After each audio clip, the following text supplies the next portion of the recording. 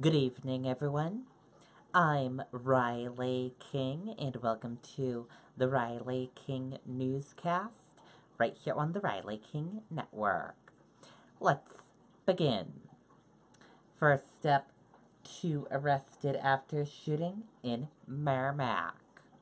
Let's take a listen to the video from WMUR News 9, Ray Brewer.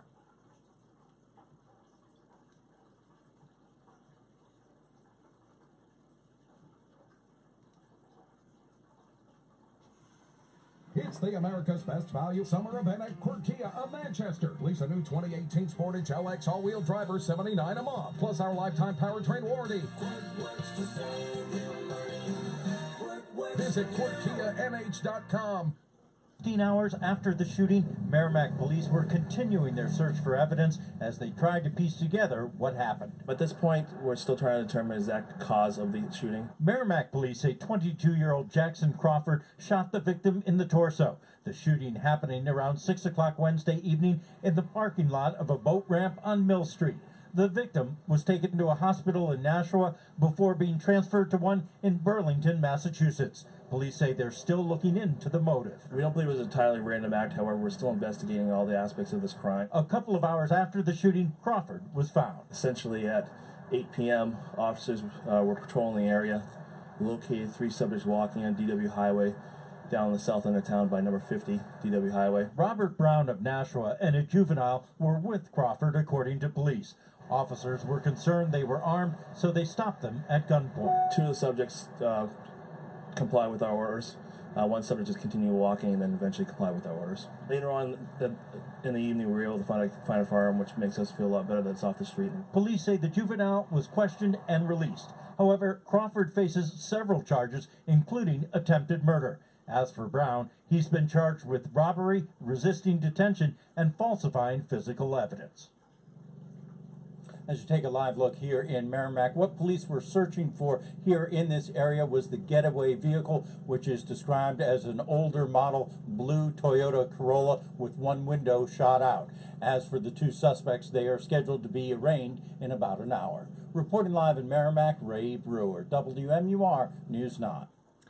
Okay, and there you go on that video and that report.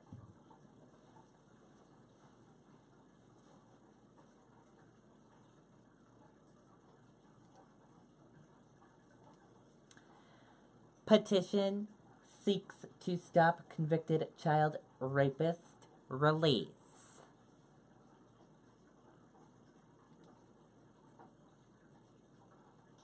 Let's take a listen to the video from WCVB Boston.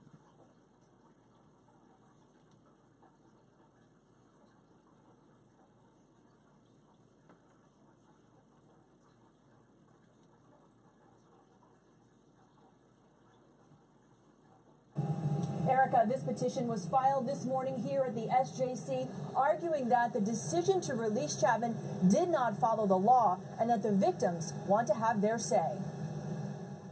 The victims should have been heard before the decision was made to release Wayne Chapman. A lawyer representing victims in the case of convicted child rapist Wayne Chapman has filed a petition to stop his release. All of my clients that filed the petition today are very upset, very angry that they got less than 24 hours notice of his imminent release when the law says they were entitled to 14 days advance notice. Chapman was convicted in 1977 of raping 2 Lawrence boys. He's also a suspect in the 1976 disappearance of 10-year-old Andy Puglisi. Chapman served a criminal sentence and then was civilly committed after being found to be a sexually dangerous person. After more than 40 years in prison, Chapman can now walk free at any moment after 2 qualified examiners deemed that he's no longer sexually dangerous. You don't want a guy like that walking free. Wendy Murphy says the victims in this case want to have their say in court before Chapman is released. A man who has the potential to kill, according to many reports, a man who, according to the courts here in Massachusetts, has no empathy for his victims, has shown no remorse, and by his own admission has sexually violated up to 100 little boys. That man should not be walking free in society ever. The court can decide to grant, deny, or hold a hearing on this petition. Meanwhile, Chapman's attorney has said that for now his release is on hold until he finds a place to live. At the SJC, Sarah Conji, WCVB News Center 5. Okay, and there you go on that video and that report.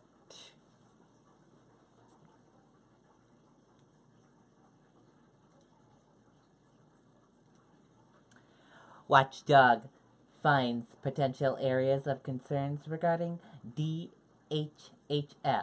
deaths of 2 children.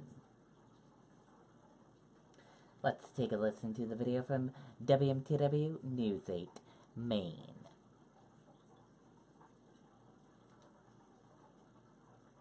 Installing a gutter system can be challenging, but we make it easy. Quality Installation is the nation's leader in gutter installations. Call now for a free assessment and ask about our 10% discount. Quality Insulation, serving Greater Portland, Lewiston, Auburn, and Augusta.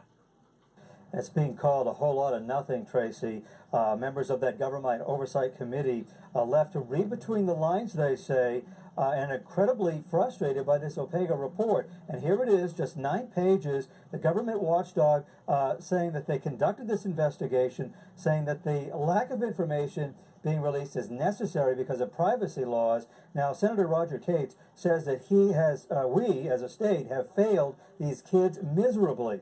Cates says that how can we fix what's broken, make good policy decisions without all of the information? And if the agency being investigated, the DHHS here, is being shielded by confidentiality laws.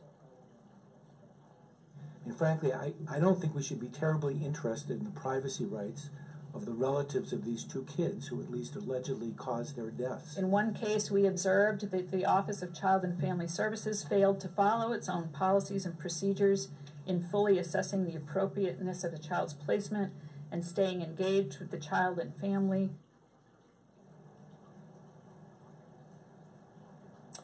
Now, this is not the end of this. This is not the end. Another lengthy report coming out later this year. But a week from today, a public hearing here in this same building here in Augusta. And also we spoke with Bill Diamond. We heard from him. He is really upset about this, saying it's driving him crazy with child abuse cases spiking to over 52%. We'll hear from him, and we'll digest this report a little bit more for you, and we'll have much more coming up on WMTW beginning at 4 tonight. For now, we're live in Augusta. Jim Keithley, WMTW News 8. Okay, and there you go on that video and that report.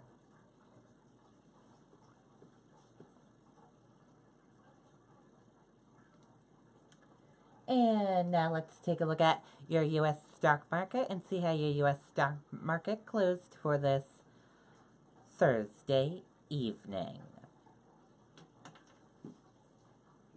And here is a look at that U.S. stock market for all of you. And here is how it closed for this evening. Your Dow Jones Industrial Average closed in the red and went down. Your Nasdaq closed in the red and went down. S&P 500 closed in the red and went down. CNBC IQ 100 closed in the red and went down. Gold closed in the green and went up. Oil closed in the red and went down. US 10-year closed in the red and went down. Euro/USD closed in the green and went up. And VIX closed in the red and went down.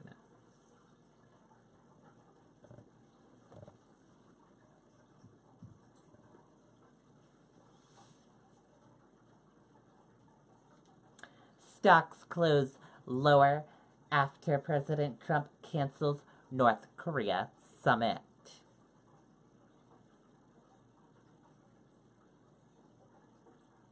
Stocks closed lower Thursday after President Donald Trump announced that the hostile anticipated summit next month with North Korea was canceled.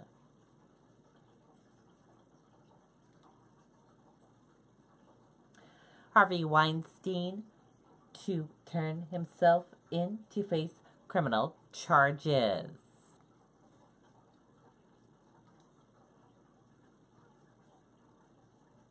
Let's take a listen to the video from ABC News.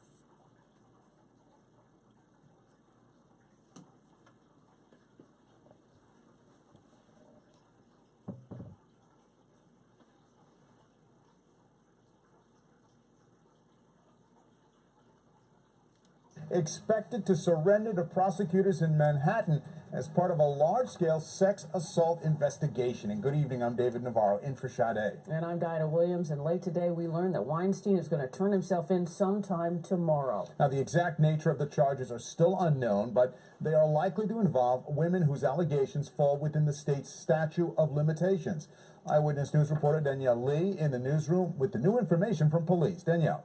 David and Diana, we're hearing that Harvey Weinstein will appear in court tomorrow morning for an arraignment hearing. From there, he will likely be released on bail. The disgraced movie mogul has been under criminal investigation in connection with allegations made by two women. You'll remember Lucia Evans and actress Paz de la Huerta. Evans has said that Weinstein forced her to perform oral sex in 2004. De la Huerta says she was raped in 2010. In all, dozens of women have accused Weinstein of sexual misconduct, and those allegations, they range from inappropriate comments to rape. This afternoon, the chief of detectives for NYPD spoke about this case.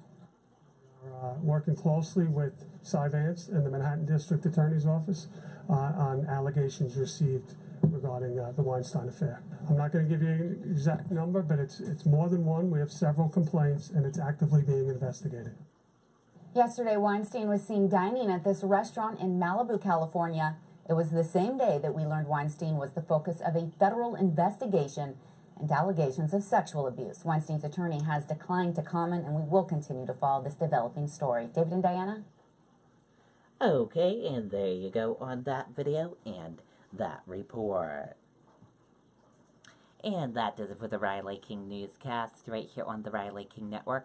I hope you all have a great rest of your Thursday night, and I'll see you back here later on this evening for a news report. Good night, everyone. Bye.